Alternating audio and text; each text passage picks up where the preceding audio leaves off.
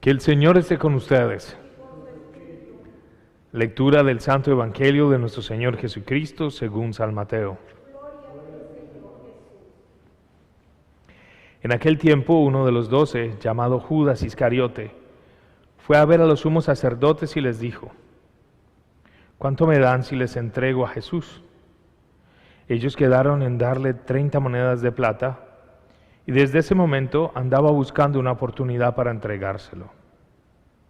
El primer día de la fiesta de los panes ácimos, los discípulos se acercaron a Jesús y le preguntaron: ¿dónde quieres que te preparemos la cena de Pascua? Él respondió: vayan a la ciudad, a casa de fulano, y díganle: el maestro dice, mi hora está ya cerca, voy a celebrar la Pascua con mis discípulos en tu casa. Ellos hicieron lo que Jesús les había ordenado y prepararon la cena de Pascua. Al atardecer se sentó a la mesa con los 12 y mientras cenaban les dijo: yo les aseguro que uno de ustedes va a entregarme. Ellos se pusieron muy tristes y comenzaron a preguntarle uno por uno: ¿acaso soy yo, Señor? Él respondió: el que moja su pan en el mismo plato que yo, ese va a entregarme. Porque el Hijo del Hombre va a morir, como está escrito de él, pero ay de aquel por quien el Hijo del Hombre va a ser entregado. Más le valiera a ese hombre no haber nacido. Entonces preguntó Judas, el que lo iba a entregar: ¿acaso soy yo, maestro?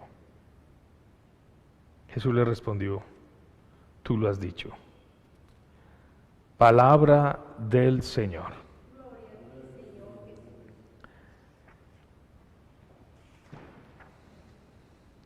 Continuamos con el cántico del siervo.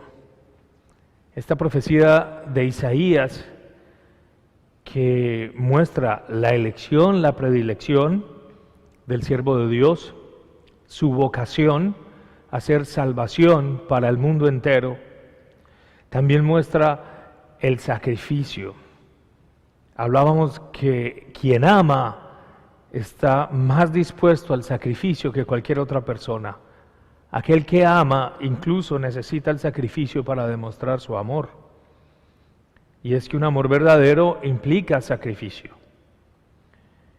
Y ante la misión del siervo también está el sufrimiento. Pero a través de ese sufrimiento, de ese sacrificio, la voluntad de Dios se cumple. El amor llega a su plenitud y por lo tanto la salvación también se da. En la vida esto es una dinámica y es una constante también. Lo vemos en casi todas las cosas que tenemos que lograr en la vida. Para salir triunfantes en los estudios, en los proyectos, en los emprendimientos, en nuestros deseos, hay que aplicarse, hay que luchar, hay que programar, hay que sacrificar y al final se verán los frutos. Es así como funciona la realidad. No hay nada que aparezca de la nada. No hay nada que no sea fruto de un gran esfuerzo. No hay nada que verdaderamente merezcamos, aparte de la gracia de Dios que lo hace todo posible. Por eso al final de esta profecía, hoy en este cántico, hoy dice: pero el Señor me ayuda, por eso no quedaré confundido, por eso endureció mi rostro como roca. El Señor me ayuda, y esa ayuda es pronta y verdadera. En el Evangelio de San Mateo vemos la traición de Judas. No sabemos cuál es la intención verdadera de Judas. Esto es un misterio que jamás podremos descubrir. ¿Cuál era la intención verdadera? Dentro de la psicología, cuando se analiza la intencionalidad de las personas, muchos psicólogos dicen: todos actuamos con una intención positiva, una intencionalidad positiva. Aún, incluso, las cosas que hacemos mal, a veces pensamos que son para el bien. No sabemos cuál es la intencionalidad de Judas. El hecho es que vende a Jesús. Y estas 30 monedas es un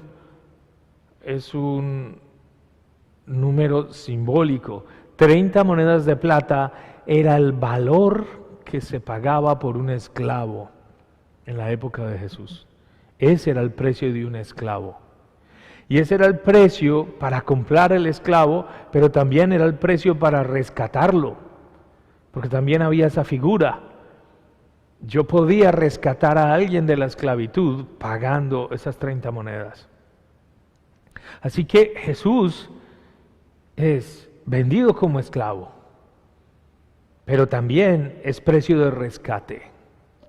Y en realidad, los esclavos somos nosotros, porque él mismo lo dice, el que es esclavo del pecado vive en las cadenas. Nosotros somos los esclavos y con este precio, que es el precio del sacrificio de Jesús, nosotros estamos siendo rescatados. Esas 30 monedas que se pagan para que Jesús sea traicionado y asesinado, esas 30 monedas son el pago de nuestro rescate. Es el pago de nuestro rescate, que al final el pago será sangre y sufrimiento. Otro aspecto bellísimo del Evangelio de hoy es que este mensaje que Jesús le envía a fulano: voy a celebrar la Pascua con los discípulos en tu casa. Más que nunca, hoy estas palabras son verdaderas. Hoy el Señor nos está diciendo: hoy quiero celebrar la Pascua en tu casa. Y este sábado santo, a las 10 de la noche, que haremos nuestra vigilia pascual, que es la celebración más importante de toda la Semana Santa, que renovaremos nuestro bautismo, la manera como Dios nos retoma para Él. Este sábado estará el Señor celebrando su Pascua en tu casa, en tu casa. Y es muy bello.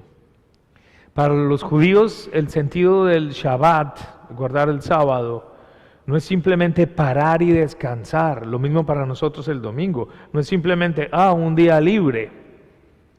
El sentido verdadero de este día es parar mis actividades y estar atento a Dios que viene a visitarme. Por eso no se trabaja los domingos. Hacemos un alto y consagramos ese día a estar con Dios que viene a visitarnos, especialmente a través de la Eucaristía. Por eso esta Semana Santa es tan particular, porque Dios verdaderamente quiere celebrar la Pascua con sus discípulos en tu casa.